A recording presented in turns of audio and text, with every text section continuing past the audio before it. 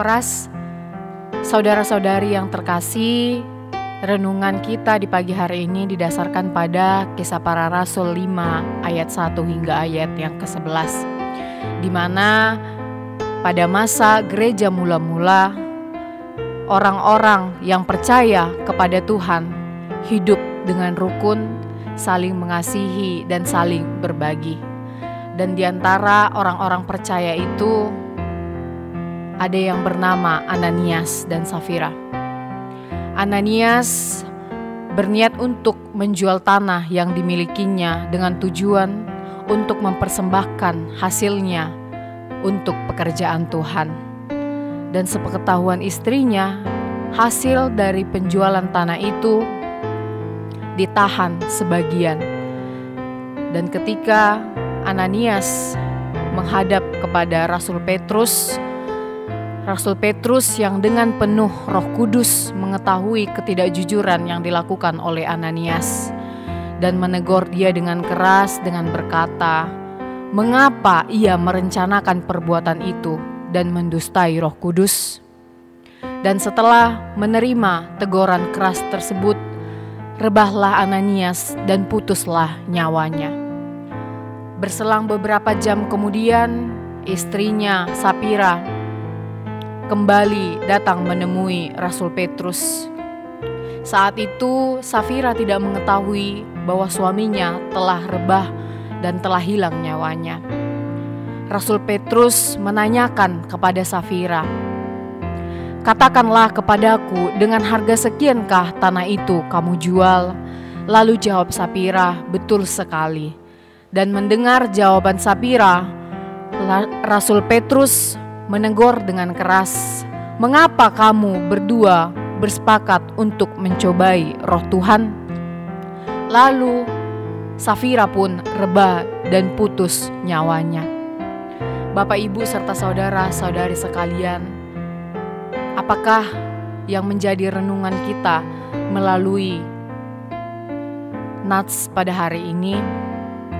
Yang pertama, marilah kita jujur dengan berkat yang Tuhan berikan. Jangan menipu Tuhan dengan berkat yang telah kita terima, karena Tuhan mengetahui berkat yang kita terima.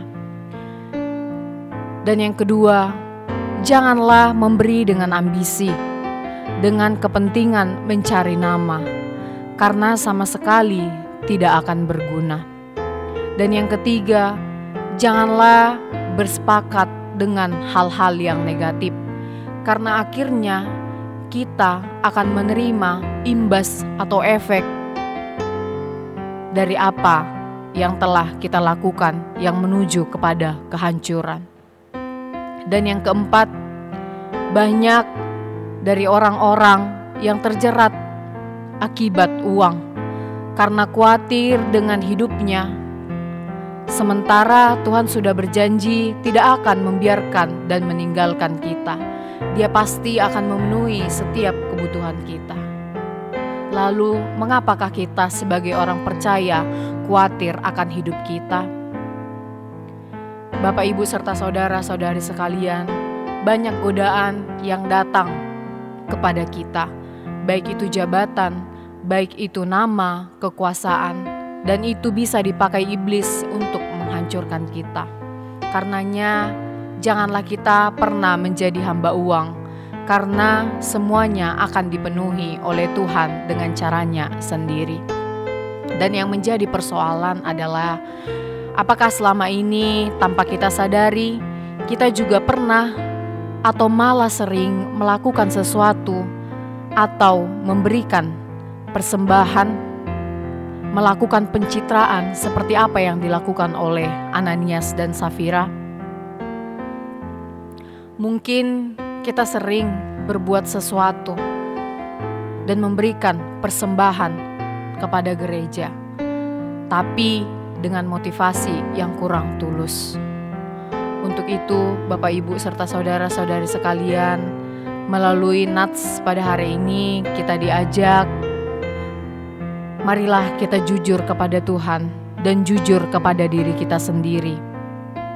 Jika Tuhan menerapkan standar seperti yang terjadi dengan Ananias dan Safira, mungkin kita juga akan mati. Tapi saat ini Allah masih memberikan waktu kepada kita, masih memberikan kesempatan kepada kita untuk bertobat dan menyadari itu semua. Untuk itu Bapak, Ibu, serta saudara-saudari sekalian, jujurlah terhadap Tuhan dan jujurlah terhadap diri sendiri. Amin.